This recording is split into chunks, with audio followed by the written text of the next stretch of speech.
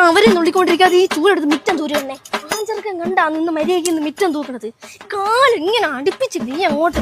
ആ ചെറുക്കനാണെങ്കിൽ നടക്കുമ്പോ കാലിങ്ങനെ വെച്ചിട്ടാണ് നടക്കുന്നത്. ആ ചെറുക്കൻ എന്തൊരു വൈകല്യമാണ് ആ ചെറുക്കൻ.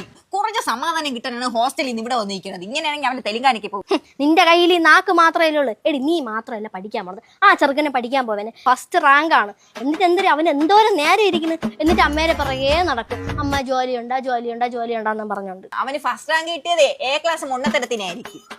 Hi Sumalatha aunty, good evening. ടീട്ടോ തീട്ടോ രാവിലെ ഇട്ടായിരുന്നു മോനെ. Only 1 time. എനിക്ക് പപ്പയ്ക്കും ഡെയിലി 4 ടൈംസ് എങ്കിലും ഇടണം ആന്റി.